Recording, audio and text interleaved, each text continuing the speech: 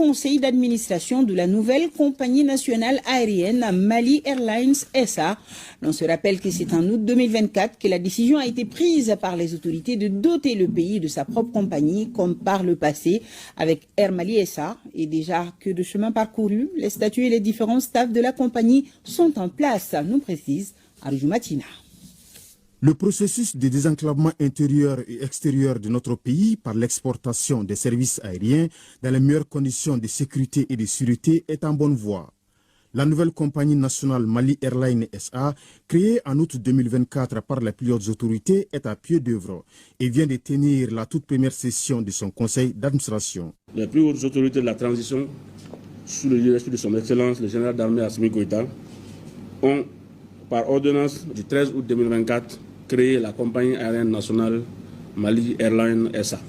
Elle contribuera certainement à la réalisation des objectifs politiques, économiques, sociaux et culturels de la Confédération des États du Sahel, AIS, et de réussir le drapeau du Mali très haut dans le ciel.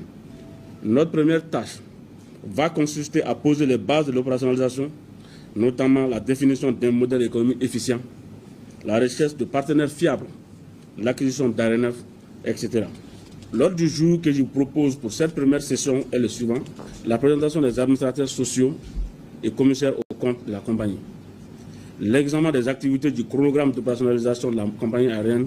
Mali Airlines SA, au regard du contexte actuel, est un symbole significatif de l'affirmation de la souveraineté nationale. Ce que nous voulons aujourd'hui, c'est de faire en sorte que la compagnie, qu'on soit capable de transporter les Maliens partout où ils sont.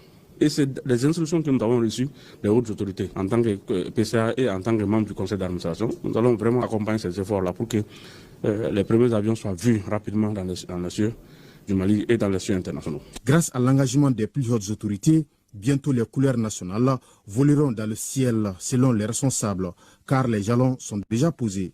Dans l'aviation, le processus d'opérationnalisation d'une compagnie aérienne prend du temps. Il y a des préalables. Et ce processus commence avec l'obtention de l'agrément de transport aérien. Ensuite, il y a l'étape de l'obtention du permis d'exploitation aérienne. Et il y a un plan d'affaires initial qui a été élaboré. Et c'est sur cette base qu'on a fait un chronogramme d'opérationnalisation. C'est un processus et au moment opportun, nous allons communiquer la date du premier vol inaugural. Avec comme